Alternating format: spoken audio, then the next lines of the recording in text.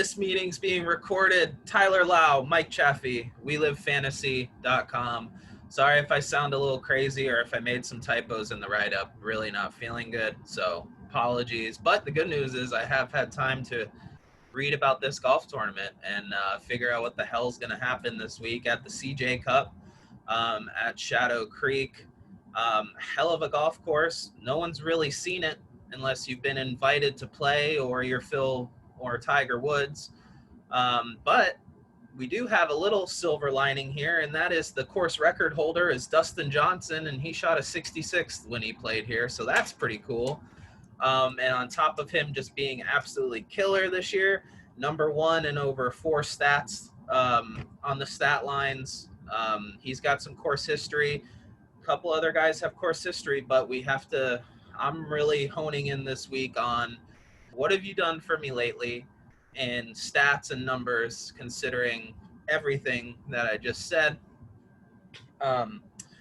Great golf course. I watched the match, which is Tiger versus Phil, when they played here. Really cool golf course, and surprisingly for a desert course, there's some water and streams and trees here, which is really, really cool to have in the middle of the desert. I could have only assumed their water bill is just crazy. Par 72, just over 7,500 yards, but a couple reachable par 5s, which is good. But one thing I noticed while doing some research earlier today is some people were, with the lack of course history, some people are going on to PGA Tour apps and kind of looking at the course and kind of plotting it out. There's a lot of golf holes, especially par 4s, where the fairway sinks and shrinks in at around 300 yards, or the fairway ends at 300 yards. So you're going to see some 3 whistles and some longer irons maybe guys might take. And from what I've read, the course has been in full PGA Tour prep mode for about a month now. So the course is going to be really pure, fast, and set up for PGA Tour conditions, as opposed to more of the private and resort side of things. So could be a little snappy. It doesn't seem like guys go too low, considering the course record's only a 66, 6 under. I don't know. I wouldn't be super shocked if these guys go out there and beat that this week, but I only think the guys who can do that is a select core group of guys. So yeah, and the slate's pretty juicy.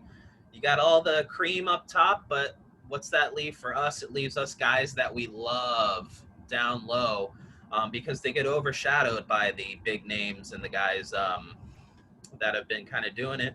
On the write-up, the CJ Cup on WeLiveFantasy.com, you'll see that I like guys who have already been playing this year and into this and kind of been playing recently.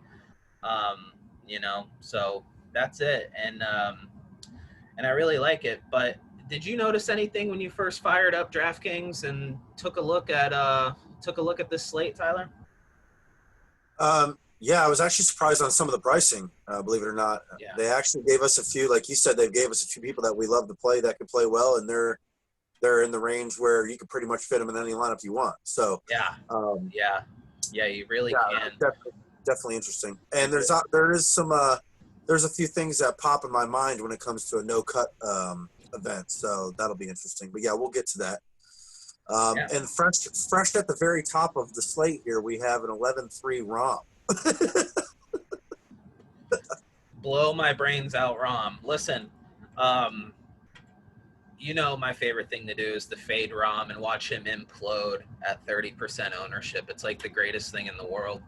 I don't know what Rahm we're going to get this week. He hasn't played. He's kind of been doing his thing. I'm totally okay with letting him prove me wrong. You can play him if you want to. He's so good across the board in stat lines. But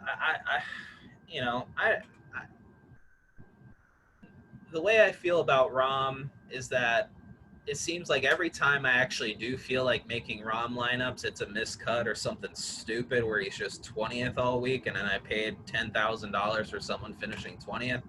And then when I don't play him, or when I play him, when I don't play him, he beats Dustin Johnson and drains a 60-foot putt when I watch him miss putts for 4 fucking months. Just like being a madman.